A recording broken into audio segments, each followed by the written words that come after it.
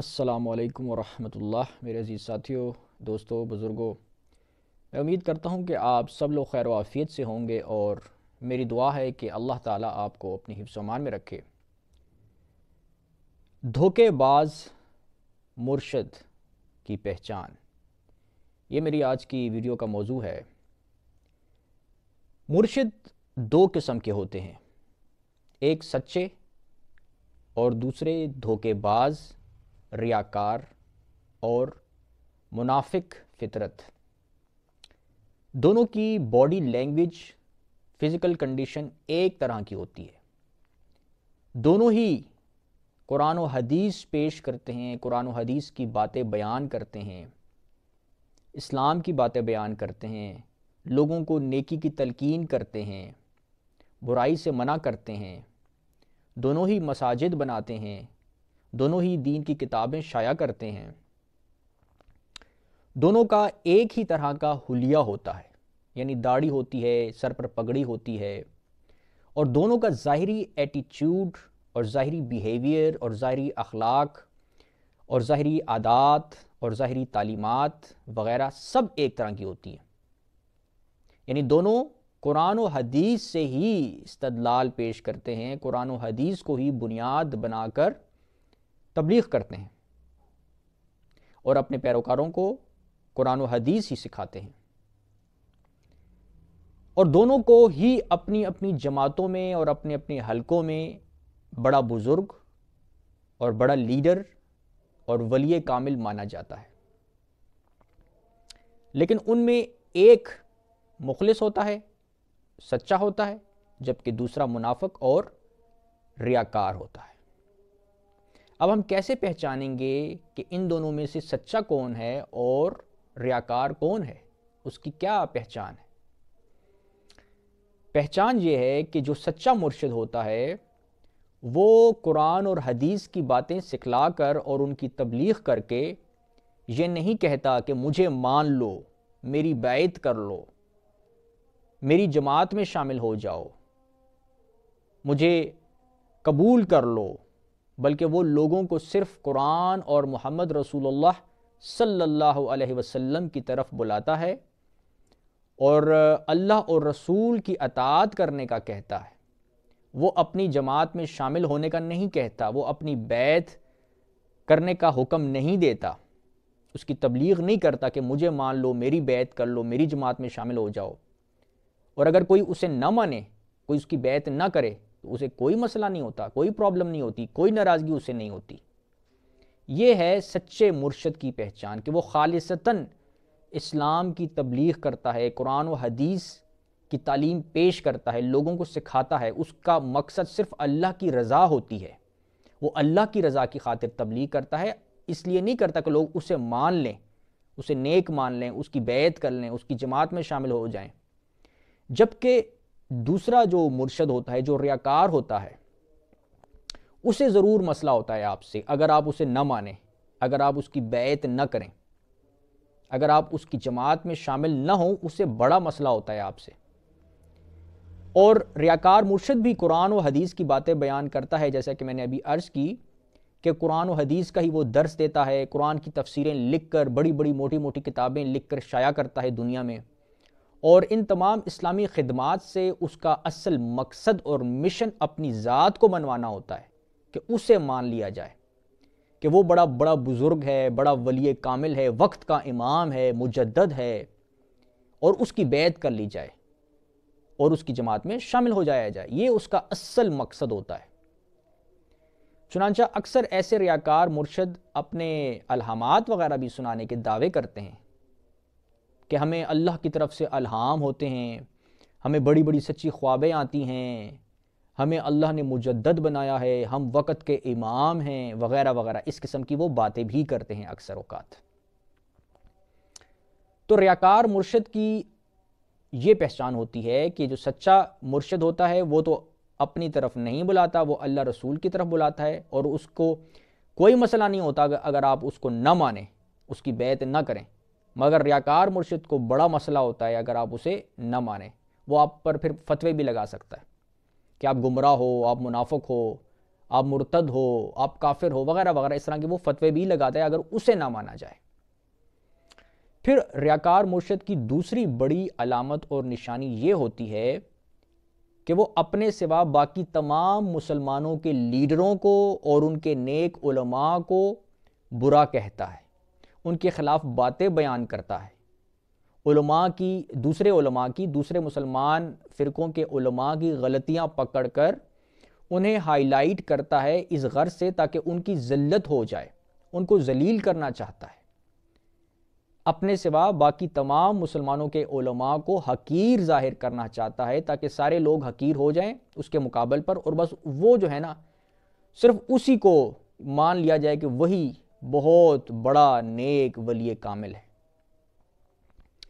اور پھر اس نے اپنے اس مقصد کی تکمیل کے لیے اپنے علماء کی ایک ٹیم بنائی ہوتی ہے کہ جو اسی کام پر لگی ہوتی ہے کہ ہر وقت وہ دوسرے مسلمانوں کے علماء کو حقیر ظاہر کرتے ہیں، ان کے خلاف باتیں بناتے ہیں، ان کی غلطیاں پکڑ کر انہیں جاہل ثابت کرنا چاہتے ہیں، انہیں ذلیل اور بدنام کرنا چاہتے ہیں۔ حالانکہ اہل علم لوگ یہ جانتے ہیں کہ کوئی انسان کامل نہیں ہوتا، نبیوں کے سوا ہر انسان میں بڑے سے بڑے ولی اور بزرگ اور عالم دین میں بھی غلطی ہو سکتی ہے، اور اہل علم کا طبقہ جو ہے وہ جب ایک دوسرے سے اختلاف کرتا ہے تو ادب و احترام سے کرتا ہے، کسی پر علمی تنقید کرتا ہے تو ادب و احترام کے دائرے میں کرتا ہے، دوسرے کی رسپیکٹ کرتا ہے، اسے پتہ ہوتا ہے کہ دوسرا نبی نہیں ہے، فرشتہ نہیں ہے، اس سے بھی غلطی ہو سکتی ہے، علمی غلطی ہو سکتی ہے، تو وہ ادب و احترام کا خیال رکھتا ہے۔ لیکن یہ جو ریاکار مرشد ہوتا ہے نا، یہ ایسا نہیں کرتا، یہ اور اس کی جو ٹیم ہوتی ہے علماء کی، ان کا مقصد یہ ہوتا ہے کہ بس دوسروں کی علمی غلطی پکڑ کر انہیں تشہیر کر دی جائے اس کی، اور دوسرے علماء کو ذلیل کر دیا جائے کہ دوسرے تو جاہل ہیں، دوسرے تو گمراہ ہیں۔ تو یہ اس کا سب سے بڑا ایک مقصد ہوتا ہے۔ تو ریاکار مرشد ہمیشہ دوسروں پر علمی تنقید ان کی ذلت کی خواہش کی تڑپ کی وجہ سے کرتا ہے، اس لیے نہیں کرتا کہ وہ صرف علمی تنقید کر کے دوسروں کی اصلاح کرنا چاہتا ہے، کیونکہ جو اصلاح کرنا چاہتے ہیں وہ ادب سے بات کرتے ہیں، وہ احترام سے بات کرتے ہیں، وہ دوسرے کی تحقیر نہیں کرتے، دوسرے کو برے ناموں سے نہیں پکارتے۔ لیکن ریاکار مرشد چونکہ اپنی ذات کو منواتا ہے، اس لیے وہ دوسروں کو گرانا چاہتا ہے، دوسرے گریں گے تو یہ جو ہے نا یہ اس کو موقع ملے گا کہ یہ اپنے آپ کو اوپر کرے۔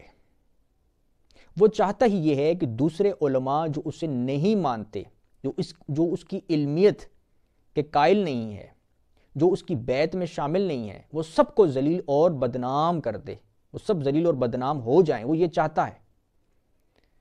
تو ریاکار مرشد کی یہ نشانی ہوتی ہے کہ وہ دوسرے علماء کو بدنام کرنا چاہتا ہے اور صرف خود کو زمانے میں وقت کا امام ظاہر کرتا ہے، اگرچہ وہ منہ سے نہ بھی کہے کہ میں وقت کا امام ہوں، لیکن اس کی باڈی لینگویج یہ ہوتی ہے کہ دنیا کے سارے مسلمانوں کے علماء کو وہ ذلیل کرتا ہے تاکہ خود کو نمایاں کرے کہ میں بڑی چیز ہوں۔ تو یہ ہے فرق سچے اور ریاکار مرشد میں،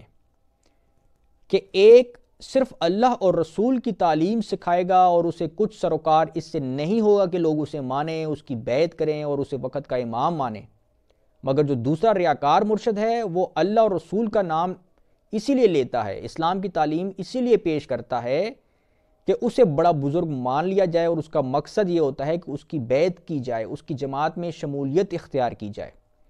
اور جب تک آپ اس ریاکار مرشد کو مانو گے نہیں، یعنی اگر کوئی اس کو نہیں مانتا کہ میں اس کی بیعت نہیں کرتا، تو وہ کبھی چین سے نہیں بیٹھے گا، وہ کبھی راضی نہیں ہوگا اس بات پر۔ جس طرح یہود و نصارہ کے بارے میں قرآن میں ہے کہ وہ کبھی کہ جب تک آپ ان کی ملت کی پیروی نہیں کرو گے وہ آپ سے کبھی راضی نہیں ہوں گے۔ اسی طرح یہ ریاکار مرشد بھی یہی چاہتا ہے کہ جب تک کوئی شخص اس کی جماعت میں شامل نہیں ہوتا، اس کی بیعت نہیں کرتا، تو وہ راضی نہیں ہوتا اس سے، اور وہ تب تک دوسروں کو گمراہ ہی قرار دیتا ہے۔ تو یہ ہوتا ہے ریاکار مرشد۔ لہٰذا آپ نے اس کی اسلامی باتوں میں نہیں آنا کہ وہ بڑی بڑی اسلام کی باتیں کرتا ہے وہ بظاہر نیکی کا درس دیتا ہے، برائی سے منع کرتا ہے، قرآن کی تبلیغ کرتا ہے، حدیث پیش کرتا ہے، اس کی باتوں میں نہیں آنا آپ نے اس کو اس بات سے شناخت کرنا ہے کہ کیا وہ آپ سے راضی ہوگا اگر آپ اس کی بیعت نہ کریں، اس کی جماعت میں شامل نہ ہوں اور اسے نہ مانیں، آپ وقت کا امام نہ مانیں، اس کو آپ بڑا بزرگ نہ مانیں، کیا وہ آپ سے راضی ہوگا؟ وہ نہیں ہوگا، اور یہ اس کی سب سے بڑی پہچان ہے۔ اور پھر اگر آپ اس کے سامنے دوسرے مسالک کے علماء کی عزت بیان کریں گے تب بھی وہ راضی نہیں ہوگا، وہ کہیں گے دوسروں کی عزت نہ کرو، صرف میری کرو، صرف میں ہی پوری دنیا میں وقت کا امام ہوں، ایک واحد مجدد میں ہی ہوں۔ تو ریاکار مرشد کی مماثلت بنتی ہے منافقین سے، اس کی مسجد کی مشابہت بنتی ہے